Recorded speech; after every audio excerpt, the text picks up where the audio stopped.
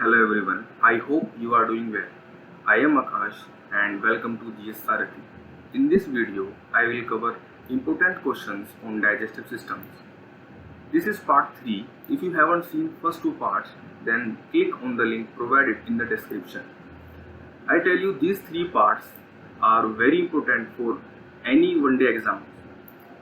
And if you cover these three parts, you will answer all the questions related to the digestive systems. I have covered all the three parts with the explanation. So without further delay, let's begin. Question number 1 is, which of the following has maximum regeneration power?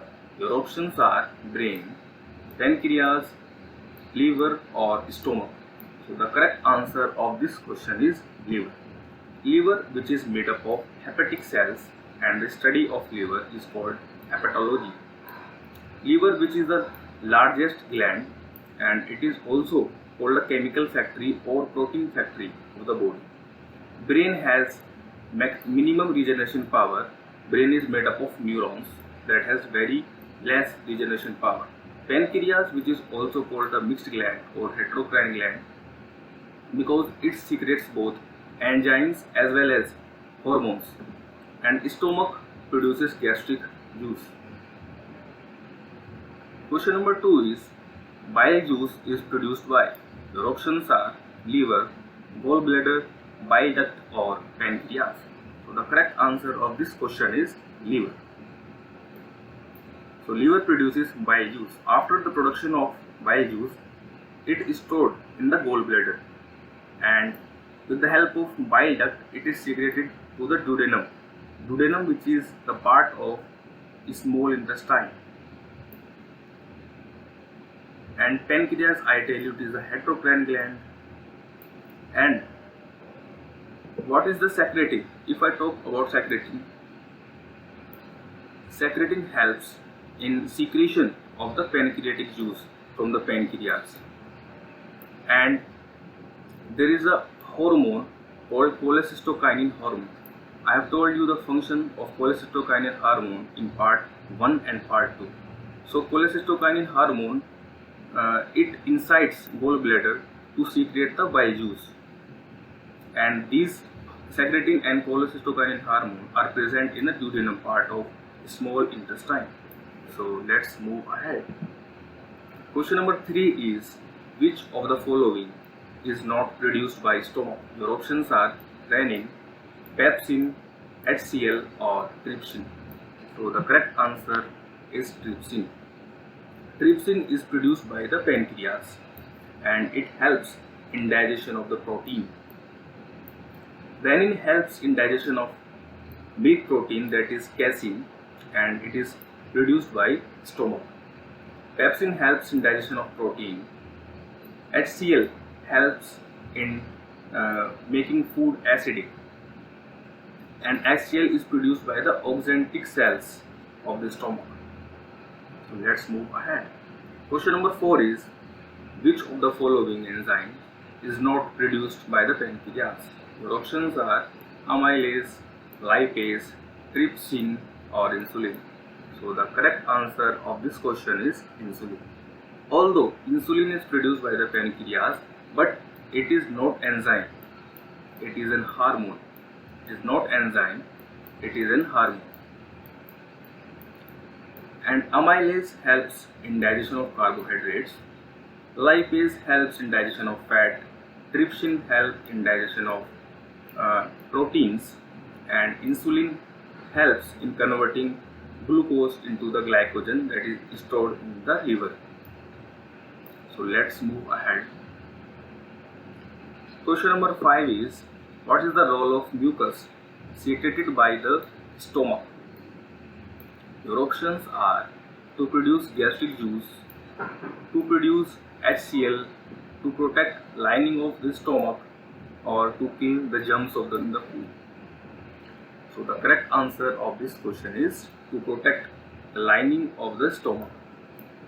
So mucus protects the lining of the stomach from the HCl, and HCl is produced by the oxyntic cells of the stomach.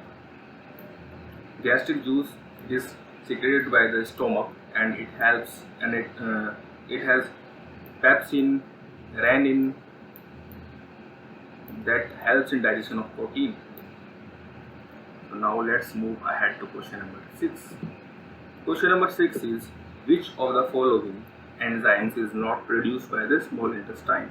Your options are tyline, maltase, sucrase or ellipsin. So the correct answer of this question is tyline. So tyline, it is produced by the salivary gland that are present in the buccal cavity, and it helps in digestion of starch. Maltase converts maltose into the glucose, and these are found in the small intestine. Sucrase helps in digestion of sucrose, while ellipsin helps in digestion of protein. Now let's move ahead to question number 7. Question number 7 is, which of the following is the hardest bodily tissue? Your options are femur, enamel, mandible or maxilla. So the correct answer of this question is enamel. So enamel, which is the shining part of your tooth, is the hardest bodily tissue, and femur is the largest bone and it is found in the thigh.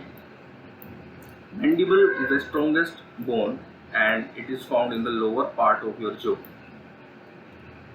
Maxilla, which is the upper part of the jaw, and it is also a bone. So now let's move ahead to question number 8. Question number 8 is, gallstones that are developed in the gallbladder consist of. Your options are tricalcium phosphate, lime, oxalate, calcium oxalate or magnesium. So the correct answer of this question is calcium oxalate. And tricalcium phosphate, it is found in the tooth or bones. In fact, bones and tooth are made up of tricalcium phosphate. Lime is CaO, calcium oxide, and magnesium is found in the chlorophyll, and it helps in removing of the stones that are produced in the gallbladder. So these stones are made up in the gallbladder, and magnesium helps in removing these stones. Question number 9 is, who discovered insulin? Your options are Langerhans, F. Banting, D. Ivanovsky or Dmitry Ivanovsky. Option D is Jonas Salk. So the correct answer of this question is F. Banting. So, F. Banting or Frederick Banting discovered the insulin. Langerhans discovered the four cells, or we call it the islet of the Langerhans in the pancreas. These are alpha cell, beta cell, delta cell and PP cells. I have told you the functions of each in the part 2. Alpha cell produces glucagon hormone, beta cell produces insulin hormone, and delta and PP cells, they control the secretion of these two hormones, that are insulin and glucagon. Dmitry Ivanovsky discovered virus, and Jonas Salk discovered the vaccine of polio. So question number 10 is, which disease is caused due to lack of insulin? Your options are diabetes mellitus, diabetes insipidus, hypoglycemia or cretinism. So the correct answer of this question is diabetes mellitus. Diabetes mellitus is caused when there is an increment in the glucose level in the blood, because the insulin becomes weak and it doesn't convert the extra glucose into the glycogen. What is diabetes insipidus? Diabetes insipidus is caused when there is a weakening of ADH or anti-diuretic hormone. We also called it vasopressin. This hormone is produced by hypothalamus and it is controlled by the pituitary gland. Hypoglycemia is caused when there is a decrement of glucose level in the blood, and it is due to the weakening of glucagon hormone, because glucagon hormone doesn't convert the extra glycogen into the glucose. What is cretinism? Cretinism is a disease that is caused due to the lack of thyroxine hormone. Thyroxine hormone, it is produced by the thyroid gland. And in cretinism, there is a lack of mental development of a child. So that's all I have for you today. So if you enjoy the video, then please like it and share it. It will help me in boosting my confidence. And if you have any feedback or query, then you can share it in the comment section. It will help me in improving my content. So thank you guys.